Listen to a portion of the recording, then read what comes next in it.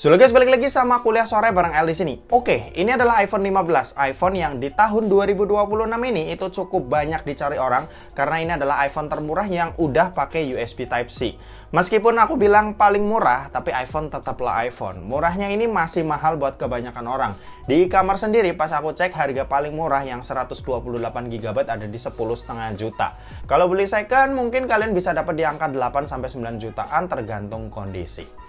Oke, buat desain sendiri iPhone 15 ini bisa dibilang ketinggalan zaman. Soalnya sejak iPhone 16, desain kamera iPhone yang base model itu udah bukan nyilang diagonal gini, melainkan vertikal ke bawah yang kelihatan lebih kalem. Tapi ini yang unik sih dari iPhone 15 karena desain kayak gini itu nggak ada yang niruin dan ini kelihatan iPhone banget. Buat bodinya ini flat dan di sisi belakangnya punya finishing frosted yang cakep, nggak terlalu ngebekas sidik jari abis dipegang-pegang. iPhone 15 ini punya IP rating ya, IP68 yang menandakan dia tuh udah aman masuk ke dalam air selama 30 menit. Buat layar panel yang dipakai ini Super Retina XDR OLED, resolusinya 1199x2556 pixel dengan ukuran layar yang ada di 6,1 inci. Buat layarnya ini udah support HDR10 dan Dolby Vision yang punya kualitas layar yang cakep ya buat nikmatin konten dengan visual yang juga cakep. Sayangnya buat refresh rate ini masih di 60Hz yang nggak akan se-smooth layar smartphone yang udah punya refresh rate lebih tinggi. Kalau buat proteksi ini ada ceramic shield glass yang udah jadi proteksi cukup kuat buat ngelindungin layarnya ini dari baret atau saat terjatuh. Overall kualitas layar yang dikasih ini cukup oke ya buat tahun 2026. Ya paling minus di refresh rate aja yang masih 60Hz. Tapi buat kalian yang nggak masalah soal refresh rate, aku jamin ini bakalan puas banget sama layar iPhone 15 untuk dipakai saat ini. Lanjut buat performa iPhone 15 ini pakai chipset A16 Bionic yang punya fabrikasi 4 nanometer. RAM-nya 6GB dengan pilihan storage 128, 256, dan 512 yang jenisnya ini LPDDR5 dan NVMe yang speednya ini udah kencang. Buat skor Antutu versi 10-nya dapat di 1,6 juta. Ini angka yang udah cukup jadi acuan ya kalau ini chipset yang masih kencang buat dipakai di tahun 2026.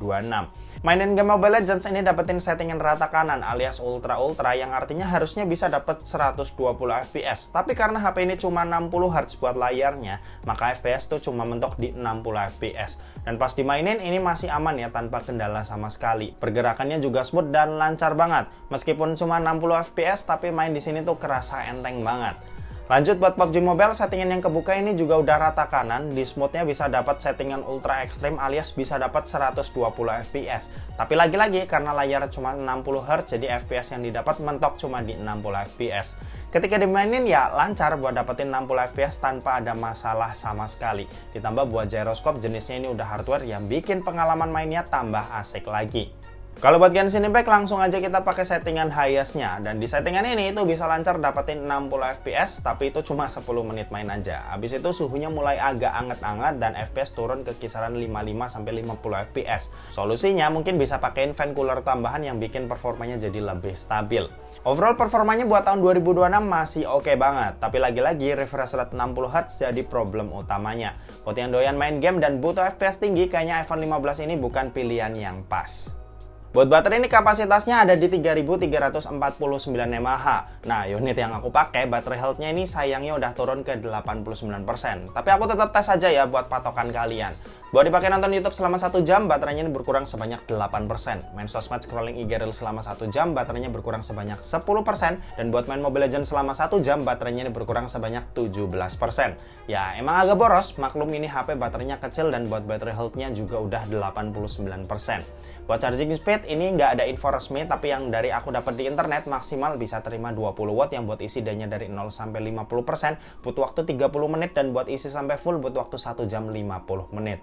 Buat MagSafe ini tentunya udah support ya yang speednya ada di 15 watt. Jujur aku nggak ngetes tapi dari info di internet butuh waktu sekitar 2 jam lebih dikit buat isi sampai full. Kalau buat konektivitas, iPhone 15 ini mendukung Wi-Fi 6, Bluetooth-nya versi 5.3, support eSIM dan NFC, tapi nggak support ayah remote ya. Dan buat USB-C-nya ini 2.0 Gen 2 yang udah support DisplayPort.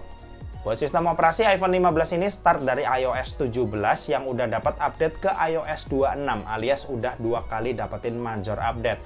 Untuk update sendiri sih biasanya iPhone tuh sekitar 6-8 kali major update ya, tergantung dari kebijakan Apple mau kasih berapa di seri-seri tertentunya. Tapi intinya buat dipakai 4 tahun ke depan harusnya iPhone 15 ini sih masih tetap dapat support ya dari Apple. Oke, dan terakhir kita mau bahas soal kameranya. Jadi buat kamera iPhone 15 ini dibekali dengan setup dual kamera. Ada kamera utama yang punya resolusi 48 megapiksel berOIS dan ada kamera ultrawide yang resolusinya 12 megapiksel. Sementara itu buat kamera di bagian depan ini resolusinya 12 megapiksel juga. Nah, untuk hasil jepretannya ini masih memuaskan banget buat dipakai di tahun 2026. Jepretan case iPhone tuh kerasa banget ya, detailnya cakep, dynamic range luas, karakter warnanya cenderung warm yang tetap kerasa natural ketika dilihat. Untuk perbedaan dibanding iPhone seri terbaru secara hasil sih aku rasa nggak ada perbedaan yang signifikan. Paling buat resolusi kamera ultrawide aja yang masih di 12 megapiksel, jadi detailnya tuh nggak bakal sebagus kamera ultrawide iPhone 17 base model. Nah, sisa hasilnya kalian bisa cek aja dari hasil foto-foto dan video berikut ini.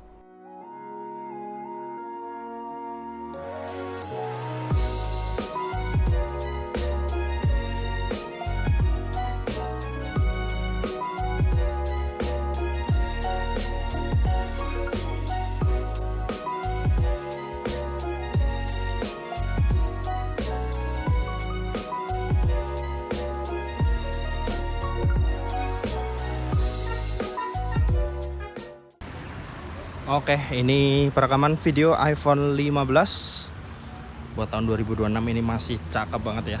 Apalagi ultrawide-nya, perpindahan lensanya juga smooth banget. Tuh.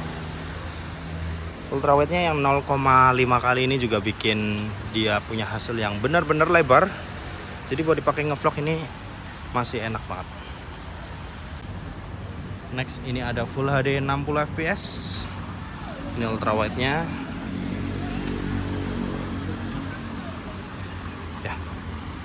Nggak ada komplain sih, ini masih cakep banget nih buat tahun 2026. Nah, ini 4K 30, ultrawide-nya seperti ini. Kalau zoom 6 kali ya mentoknya dia, dan detailnya juga masih cukup oke.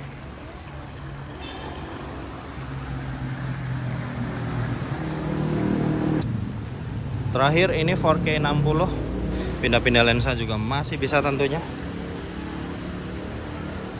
Ya paling oke ya, jelas langsung resolusi mentoknya aja 4K 60 karena dia nggak dibatasin dan hasilnya juga masih cakep banget. Oke, kita switch ke kamera depan. Kamera depan kita langsung aja pakai 4K 60 fps, hasilnya seperti ini. Ya lumayan punya hasil yang cukup lebar ya, jadi buat dipakai ngevlog juga masih enak.